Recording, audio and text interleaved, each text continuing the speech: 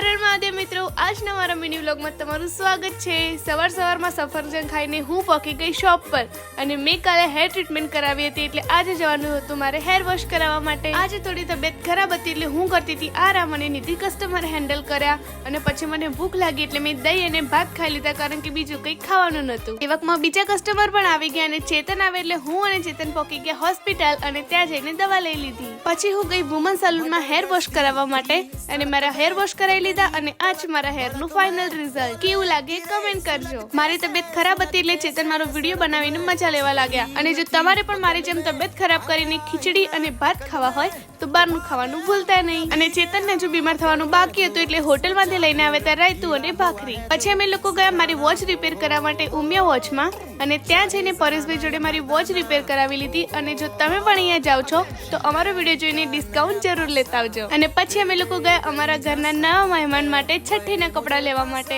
પછી મારા માટે સફરજન લઈને અમે લોકો પહોંચી ગયા શોપ પર। અને જો આજના વ્લોગમાં મજા આવે તો વ્લોગને લાઈક કમેન્ટ શેર કરી દેજો, અને આવા જ અમારા નવા વ્લોગ જોવા માટે અમારી ચેનલ ઉર્વેન ચેતન ડેલી વ્લોગ્સને સબસ્ક્રાઇબ કરવાનું ભૂલતા નહીં। Bye bye.